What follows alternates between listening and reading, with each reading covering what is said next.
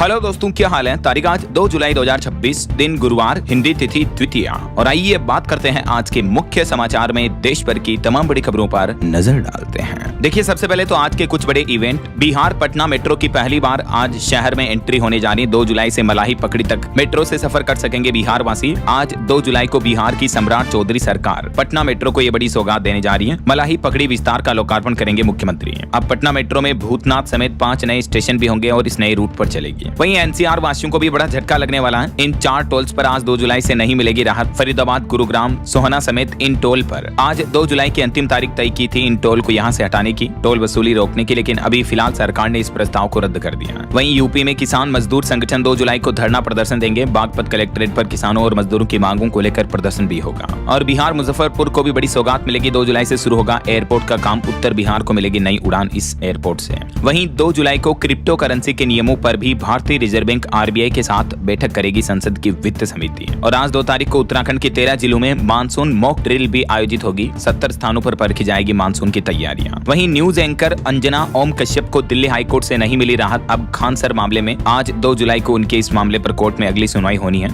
Delhi high court में। और आज से यूपी टेट एग्जाम भी शुरू होने जा रहा। 3 दिन तक चलेगी यूपी टीईटी की परीक्षा। 60 जिलों में 16 लाख अभ्यर्थी शामिल होंगे। टोटल 955 परीक्षा केंद्र बनाए गए हैं। 2, 3 और 4 जुलाई को ये उत्तर प्रदेश की शिक्षक पात्रता परीक्षा आयोजित होगी। हाल ही में इससे पहले महाराष्ट्र की टीईटी का एग्जाम पेपर लीक हो गया था, आपको पता होगा। तो इसके बाद अब यूपी में सुरक्षा व्यवस्थाएं और बढ़ा दी है। हमें उम्मीद है कि बिना पेपर लीक के परीक्षा सही से आयोजित हो पाए। और इस बार यूपी टेट को लेकर एक बड़ा फैसला ये भी लिया गया। इन सर्विस शिक्षकों के लिए अलग आयोजित होगा यूपी टीईटी। सीएम योगी ने बड़ा आदेश दिया है। जो सर्विस शिक्षक है उनके लिए ये अभी टीईटी आयोजित नहीं होगी, बल्कि अलग से टीईटी का एग्जाम आयोजित होगा ऐसा। और अगला अपडेट देखिए दोस्तों, जापान की पीएम ताकाइची भारत पहुंची। आज प्रधानमंत्री नरेंद्र मोदी के साथ बिजनेस फोरम में शामिल होंगी और इस फोरम में हमारे देश के 150 उद्योगपति भी हिस्सा लेंगे। जापान की पीएम ताकाइची 3 दिन के आधिकारिक दौरे पर यानी ऑफिशियल दौरे पर भारत पहुंची है। और मौसम विभाग की बड़ी चेतावनी। आज 2 जुलाई को अगले 13 घंटों के अंदर देश के 19 राज्यों में भारी बारिश, आंधी तूफान का अलर्ट रहेगा। 80 किलोमीटर प्रति घंटा की रफ्तार से हवाएं भी चलेगी। तो आगे मैं आपको बताऊंगा और भी अलग अलग राज्यों के मौसम अपडेट है। चलिए फिलहाल आगे बढ़ते हैं खबरों में। देखिए आप, केंद्र की नरेंद्र मोदी सरकार की कैबिनेट बैठक हुई जिसमें कुछ बड़े फैसले लिए गए। एक तो कैबिनेट ने दिल्ली और यूपी राज्यों को बड़ी सौगात दी है। यहाँ 14,115 करोड़ रुपए की सड़क परियोजनाओं को मंजूरी दे दी है। राजधानी दिल्ली को मिलेगी 6 लेन की नई टनल भी और यूपी में भी एक 4 लेन हाईवे बनाया जाएगा। इसके लिए ये बजट भी मंजूर कर दिया है केंद्र सरकार ने। तो कैबिनेट में एक तो दिल्ली बुंदेलखंड को ये बड़ी सौगात मिली है। इन परियोजनाओं से अर्थव्यवस्था और कनेक्टिविटी को और क्या क्या फायदे होंगे देख सकते हैं आप जानकारी। क्षेत्रीय विकास को बढ़ावा मिलेगा।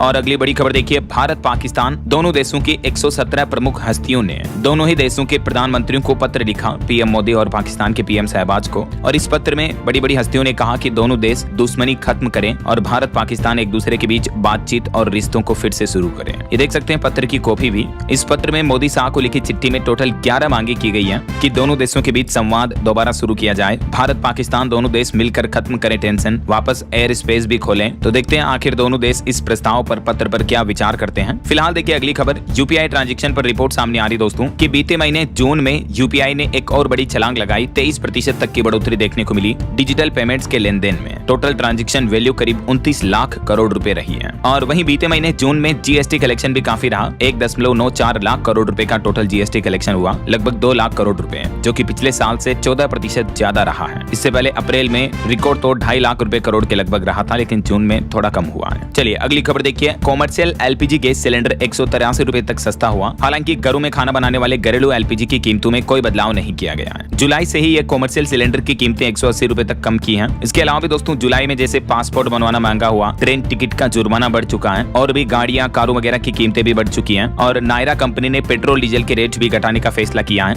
अब नायरा के पेट्रोल पंपों पर पेट्रोल 5 रुपए और डीजल 3 रुपए सस्ता मिलेगा। हालांकि जो सरकारी ऑयल कंपनियां हैं, इंडियन ऑयल, एचपी, बीपीसीएल वगैरह, इन्होंने कोई बदलाव नहीं किया कीमतों में, लेकिन जुलाई से नायरा के पेट्रोल पंपों पर 5 और 3 रुपए की कटौती की गई है। बाकी और भी इस महीने जुलाई से हमारे देश में क्या सस्ता क्या महंगा हुआ, इस बारे में अगर आप डिटेल जानकारी देखना चाहते हो तो कल दिन में मैंने डीएलएस न्यूज चैनल पर इसको लेकर एक अलग से वीडियो डाला है। आप ये वीडियो देख लीजिएगा, जुलाई से क्या सस्ता क्या महंगा। 10 बड़े बदलाव, नए नियम जो है जुलाई महीने से लागू हुए हैं, जिनका सीधा असर आपकी जेब पर पड़ेगा, आम आदमी की जिंदगी पर पड़ेगा। तो इन सभी नए नियमों के बारे में भी विस्तार से जानकारी मैंने आपको बताई है पहले भी। जिससे सरकार ने पेट्रोल पर 4 रुपए प्रति लीटर एक्सपोर्ट ड्यूटी भी बढ़ा दी है। हालांकि डीजल और एटीएफ पर राहत मिली है। इसके अलावा 40 तरह के पेट्रोकेमिकल प्रोडक्ट्स पर भी राहत दी है। 15 जुलाई तक इन पर कोई कस्टम ड्यूटी वगैरह नहीं लगेगी। चलिए अगली खबर देखिए, सुप्रीम कोर्ट में उठा 370 रुपए की बिरयानी वाला मुद्दा। स्टैंड अप, पॉडकास्ट और सोशल मीडिया पर भी लगाम लगेगी। सुप्रीम कोर्ट में इस बारे में याचिका लगाई गई है। जो हाल ही में कुछ कॉमेडी शो में 370 रुपए के बिरयानी वाले जोक मारे गए, तो इसका मुद्दा अब सुप्रीम कोर्ट तक पहुंच चुका है। और गुजरात सरकार की एक अनोखी पहल देखिए दोस्तों,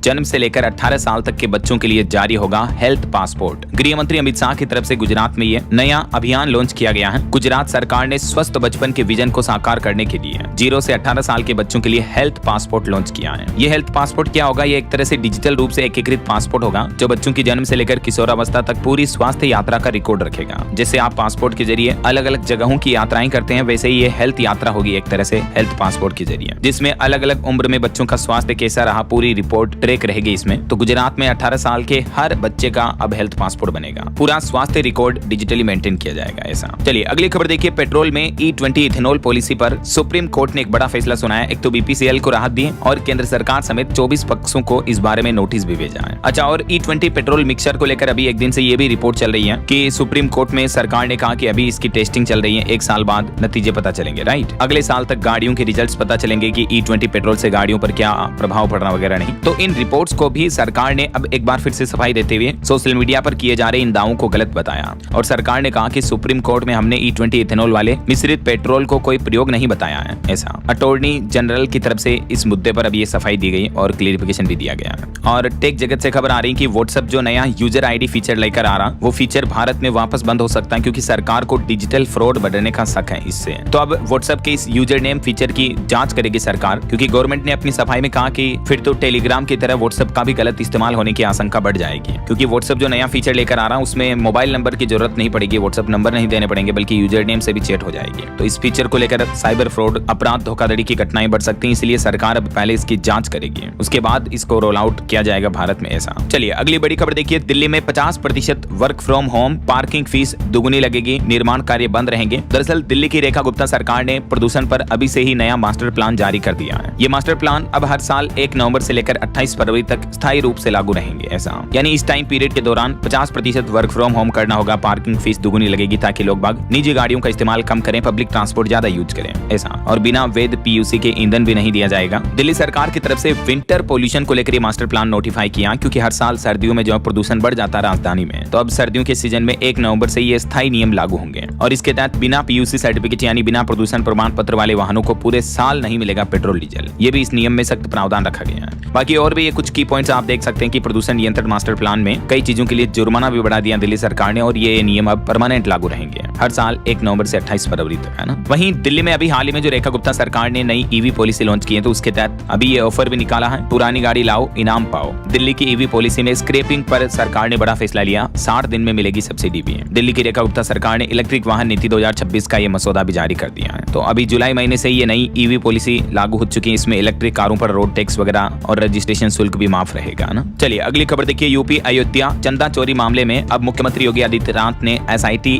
जांच की समय सीमा को और बढ़ा दिया है। 15 जुलाई तक अब SIT को अपनी रिपोर्ट सौंपनी होगी। और इस राम मंदिर चोरी मामले में एक बड़ा खुलासा अब ये पता चला कि आरोपी अविनाश के घर मिला मंदिर का संदूक, जिस पर लिखा था राम राज्य कोष और QR कोड भी चिपका था। SIT को 15 दिन और दे दिए अभी यूपी सरकार ने अपनी जांच और इन डेप्थ करने के लिए। और इसमें पहले ही दिन ये बड़ा खुलासा हुआ, आरोपी अविनाश के घर पर तकरीबन 20 लाख रुपए मिले, 1000 तो डॉलर भी बरामद हुए विदेशी करेंसी के, जो कई सारे फॉरेनर्स आते हैं वो डोनेशन करते हैं दान पेटी वगैरह में, तो वो भी अभी इसके घर से मिले। देखिए आप। चलिए अगली खबर देखिए, बिहार में सरकारी कर्मचारियों की छुट्टियों के नियम बदल चुके हैं। आज से ऑफलाइन आवेदन पूरी तरह से बंद रहेंगे। मतलब जुलाई से ही अब सभी प्रकार की छुट्टियों के लिए बिहार के गवर्नमेंट एम्प्लॉयज को, सरकारी कर्मचारियों को HMRS पोर्टल या मोबाइल ऐप के माध्यम से ही आवेदन करना अनिवार्य होगा। ऑफलाइन आवेदन छुट्टियों के स्वीकार नहीं किए जाएंगे ऐसा।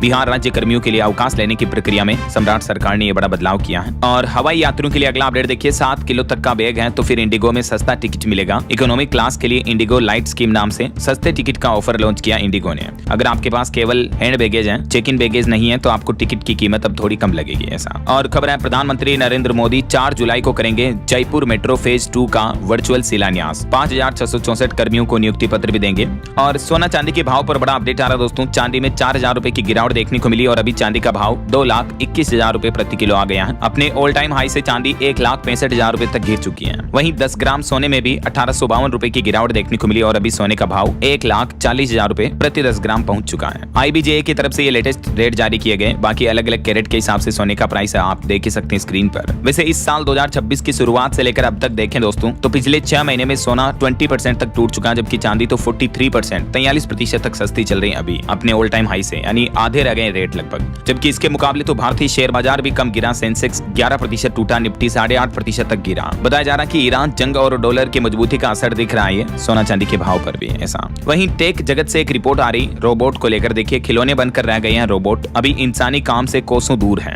हालांकि चाइना उसके बावजूद प्लान कर रहा है कि साल 2050 तक दुनिया में 1 अरब ह्यूमनॉइड रोबोट बनाएगा। चीन इसका लीडर बनेगा। लेकिन कहीं न कहीं देखा जाए तो अभी रोबोट की रफ्तार थमने लगी है, क्योंकि ह्यूमनॉइड रोबोट सिर्फ एक बड़े खिलौने की तरह है। अभी इंसानों की असल जिंदगी में रियल लाइफ में कोई खास वैल्यू एड नहीं कर रहे हैं ऐसा। और बड़ी खबर देखिए, डोनाल्ड ट्रंप ने क्रिप्टो करेंसी से 13,000 करोड़ रुपए से भी ज्यादा कमाए। रियल एस्टेट और गोल्फ बिजनेस को भी पीछे छोड़ा। तो ट्रंप की हेरा फेरी पर व्हाइट हाउस का कहना कि उन्होंने नियमों का कोई उल्लंघन नहीं किया है ऐसा। और वहीं खबर है दोस्तों, भारतीय सेना के 31वें सेना प्रमुख के रूप में पदभार संभालने के बाद जनरल धीरज सेठ ने अपना पहला संबोधन दिया और इसमें उन्होंने बड़ी घोषणा की है कि विजय होगा नए सेना प्रमुख का मिशन, कांप उठेगा पाकिस्तान। जनरल धीरज सेठ ने इंडियन आर्मी का फ्यूचर प्लान बताया। उन्होंने बताया कि कैसी होगी भारत की भविष्य की सेना। उन्होंने इंडियन आर्मी के लिए विजय विजन का जो ऐलान किया है, और इस विजय में वी का मतलब है विजिलेंस एंड रेडीनेस, यानी सतर्कता और हर समय तैयार रहना। आई का मतलब innovation and transformation, J for jointness and integration, A for आत्मनिर्भरता और वाई का मतलब योद्धा फर्स्ट। ये इंडियन आर्मी का फ्यूचर गोल बनाया उन्होंने शपथ ग्रहण के तुरंत बाद ही। और कुछ पॉलिटिक्स के अपडेट देखिए दोस्तों, तमिलनाडु में विजय सरकार गिराने की बड़ी साजिश का खुलासा सामने आ रहा है। टीवीके ने दावा किया कि 15 विधायकों का एक साथ इस्तीफा कराने के लिए 35 करोड़ रिश्वत देने की कोशिश की गई। वहीं बड़ी खबर है, 30 दिन जेल में रहे तो अब पीएम या सीएम की कुर्सी जाएगी। केंद्रीय संसदीय समिति ये प्रावधान हटाने के पक्ष में नहीं है। मानसून सत्र में इस संबंध में बिल दोबारा आ सकता है।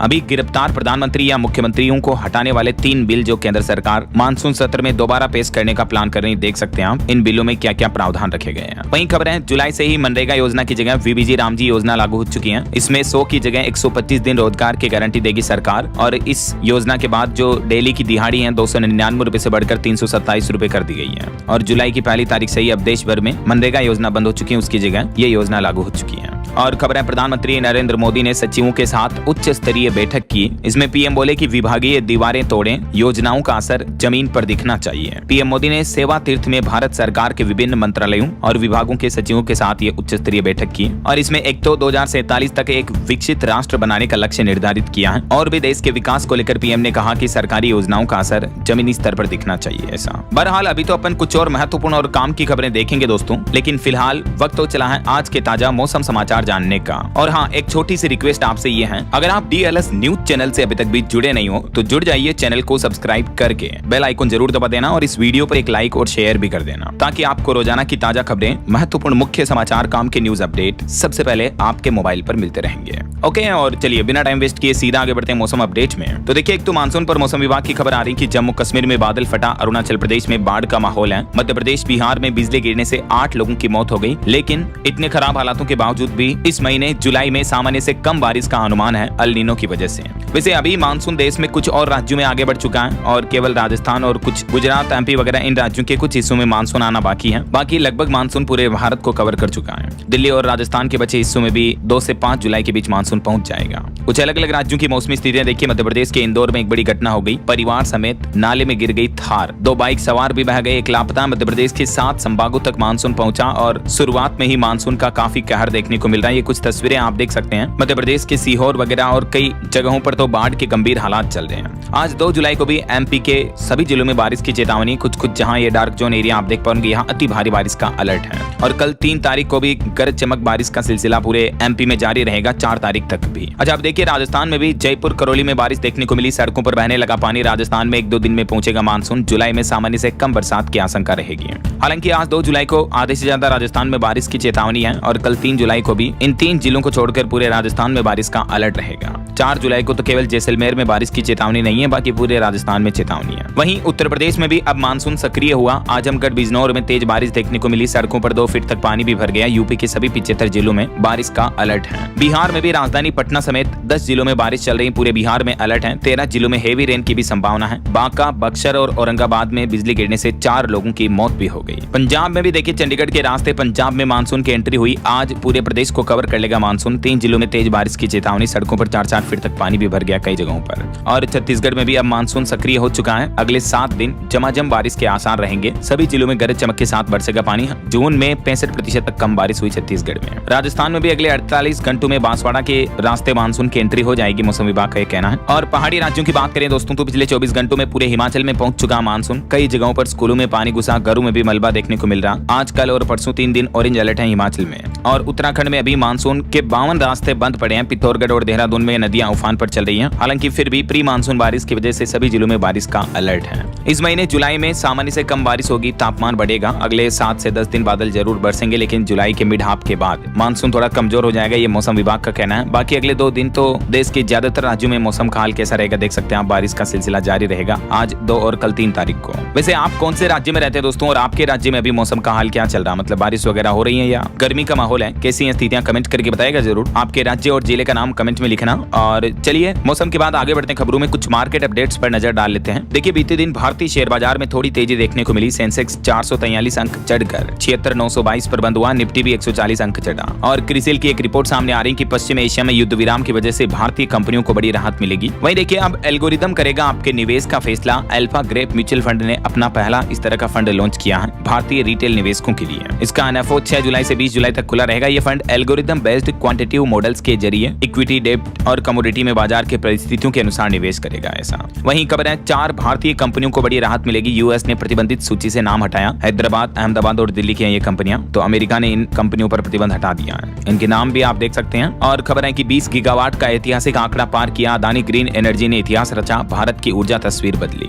वहीं भारतीय लोग अब इलेक्ट्रिक कारों को भी ज्यादा पसंद कर रहे हैं। जून तिमाही में रिकॉर्ड तोड़ बढ़ोतरी देखने को मिली है इलेक्ट्रिक कारों की संख्या में। यह आंकड़ा 82,000 से भी ज्यादा पहुंच चुका है। और एक खबर आ रही दोस्तों की गेट्स फाउंडेशन को बड़ा झटका लगा। 20 साल में पहली बार वॉरेन बफेट ने अरबों डॉलर का डोनेशन रोक दिया है। जांच रिपोर्ट का इंतजार आना बाकी है। चलिए मार्केट अपडेट्स के बाद आगे बढ़ते हैं खबरों में। देखिए, आप गुजरात हाईकोर्ट ने एक बड़ा फैसला सुनाते हुए कहा कि मैरिज सर्टिफिकेट से शादी नहीं मानी जाएगी, बल्कि हिंदू विवाह के पूरा संपन्न होने के लिए सभी रस्में जरूरी हैं। 7 फेरे के बिना सिर्फ शादी का रजिस्ट्रेशन काफी नहीं होता है। एक केस की सुनवाई करते हुए गुजरात हाईकोर्ट की तरफ से यह महत्वपूर्ण फैसला सुनाया गया। वहीं खबर है, पंजाब में महिलाओं के खाते में 1100 करोड़ रुपए ट्रांसफर किए भगवंत मान सरकार ने 3 महीने की रकम एक साथ जारी की है। और 2 मिनट में बनाने वाली मैगी अब आपकी भूख नहीं बुझा पाएगी, क्योंकि मैगी के पैकेट में क्वांटिटी कम करने जा रही कंपनी है। 7 रुपए से लेकर 60, 90, 120 रुपए सभी तरह के बड़े पैकेट के वजन भी घटा दिए जाएंगे, तो कम माल मिलेगा अब मैगी के पैकेट में। ऐसा और बड़ी खबर देखिए, फटने वाला है एआई बबल। स्टॉक मार्केट को लेकर अब भारतीय रिजर्व बैंक आरबीआई ने भी चेतावनी दी और कहा कि पिछले कुछ समय में मार्केट में एआई की वजह से तेजी देखने को मिली है, लेकिन अब उच्च स्थिरता बनी हुई है। रिजर्व बैंक ऑफ इंडिया की तरफ से एआई स्टॉक्स को लेकर बड़ी चेतावनी दी गई है कि निवेशक सावधान रहें, वरना आपको नुकसान भी हो सकता है। वहीं भविष्य में होने वाले एआई से साइबर हमलों के खतरों को देखते हुए रिजर्व बैंक ने कर्मचारियों की ट्रेनिंग बढ़ाने की जरूरत के आदेश भी दिए हैं, ताकि बैंकों के कर्मचारी जो हैं एआई के खतरों को लेकर पहले से ही अलर्ट रहें। ऐसा और आपकी हेल्थ को लेकर एक चौंकाने वाली रिसर्च सामने आ रही दोस्तों कि बहुत ज्यादा नींद लेना भी उतना ही नुकसानदायक है जितना कम सोना। हालिया वैज्ञानिकों ने स्टडी में पाया कि महिलाओं के लिए 6.5 से 7.5 घंटे नींद काफी होती है, जबकि पुरुषों के लिए 7.25 घंटे की नींद बेहतर मानी जा सकती है। लेकिन कम नींद के बजाय ज्यादा नींद लेना भी उतना ही नुकसान दे सकती है। कई तरह की गंभीर स्वास्थ्य समस्याएं बढ़ सकती हैं, इसलिए हमें ना ज्यादा सोना चाहिए ना कम सोना चाहिए। ऑन एवरेज 7 से 9 घंटे के बीच की नींद जो है उपयुक्त हो सकती है। चलिए अगली खबर आ रही है टैक्स पेयर्स के लिए बड़ा अपडेट। जीएसटी में आने वाले सुधार बदल सकते हैं आपका कारोबार। दरअसल केंद्र सरकार की तरफ से जीएसटी के 9 साल पूरे होने के मौके पर अभी ये कुछ नए सिस्टम और एआई आधारित नए फीचर भी जोड़ने जा रही सरकार जीएसटी टैक्स प्रणाली में, क्योंकि अभी टैक्स कलेक्शन भी बढ़ रहा है, टैक्स पेयर्स की संख्या भी बढ़ रही है, कारोबारियों का भरोसा भी बढ़ा है जीएसटी पर। तो अब अगली जो जीएसटी काउंसिल की बैठक होगी उसमें सरकार जीएसटी को लेकर कुछ बड़े अनाउंसमेंट कर सकती है। देखते हैं आगे जो भी अपडेट आएंगे मैं आपको बताता रहूंगा। और एक बड़ी खबर देखिए, छत्तीसगढ़ में सरकारी खजाने में सेंधमारी करने वालों को एआई ने पकड़ा। करोड़ों रुपए के गबन का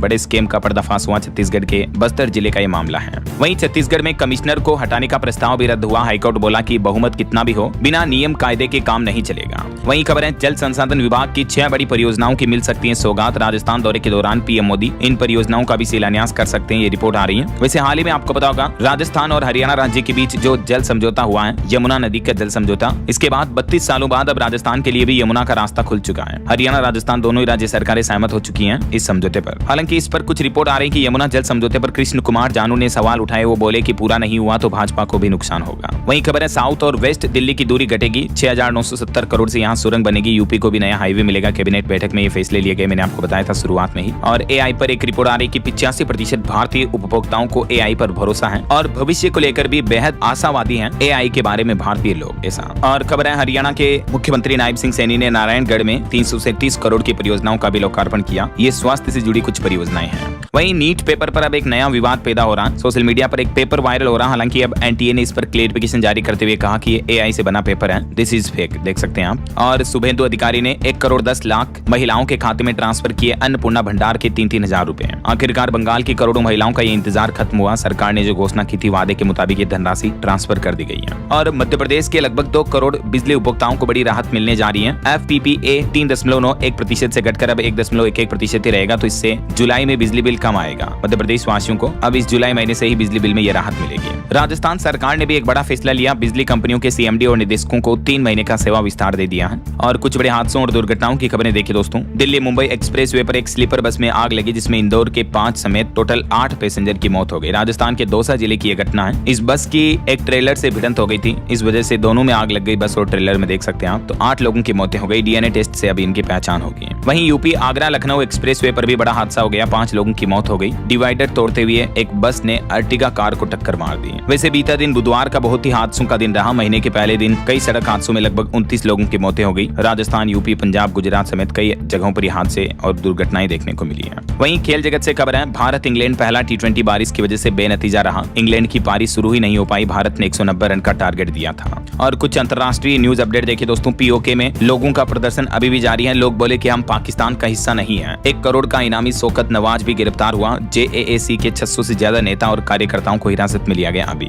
पाकिस्तान के कब्जे वाले कश्मीर के लोग पिछले कई दिनों से आंदोलन कर रहे हैं पाकिस्तान सरकार के खिलाफ। और अभी पाकिस्तान में 125 साल पुराना एक गुरुद्वारा भी तोड़े जाने पर भारत ने विरोध जताया। और अमेरिका में जन्मजात नागरिकता का कानून अभी बरकरार रहेगा। सुप्रीम कोर्ट ने डोनाल्ड ट्रंप सरकार ने जो रोक लगाने का आदेश दिया था वो आदेश रद्द कर दिया है अमेरिकी सुप्रीम कोर्ट ने। तो अब अमेरिका देश में जन्मा हर बच्चा ऑटोमेटिकली अमेरिका का नागरिक होगा, ऐसा। और अफगानिस्तान में देर रात 5.5 की तीव्रता का भूकंप आया। हालांकि किसी तरह के जान माल के नुकसान की खबर नहीं है। वहीं अमेरिका के राष्ट्रपति डोनाल्ड ट्रंप बोले कि अब कच्चा तेल सस्ता हुआ है तो दुनिया भर की पेट्रोलियम कंपनियां तुरंत कीमतें घटाएं। और भारत नेपाल सीमा विवाद को लेकर भी नेपाल के विदेश मंत्री खनाल ने बताया कि कैसे निकलेगा समाधान। वो बोले कि दोनों देश करीबी संबंधों का सम्मान करते हैं। बेल्जियम में भी एक भीषण अग्निकांड की घटना देखने को मिली। 10 मंजिला रिहायशी इमारत में आग लगी, 5 लोगों की मौत हो गई। और यूरोप में अभी भी भीषण गर्मी से हाल काफी बेहाल चल रहे हैं। सड़कें पिघल गई, अस्पतालों पर दबाव है, फिर भी AC का यहाँ विरोध देखने को मिल रहा है। और वहीं भारत और थाईलैंड दोनों देशों की नौसेनाओं के बीच संयुक्त युद्धाभ्यास हुआ, जिसमें भारतीय नौसेना ने अपने कई एडवांस युद्धपोत भी शामिल किए। ओके, और चलिए इंटरनेशनल न्यूज अपडेट के बाद आगे बढ़ते हैं खबरों में। देखिए आप अगला अपडेट। गोल्ड को लेकर सरकार ने एक और बड़ा फैसला लिया। सोना आयातकों के लिए बड़ी राहत दी है। अब बिना झंझट के 30 सितंबर तक वैध रहेगा खरीदारी का कोटा।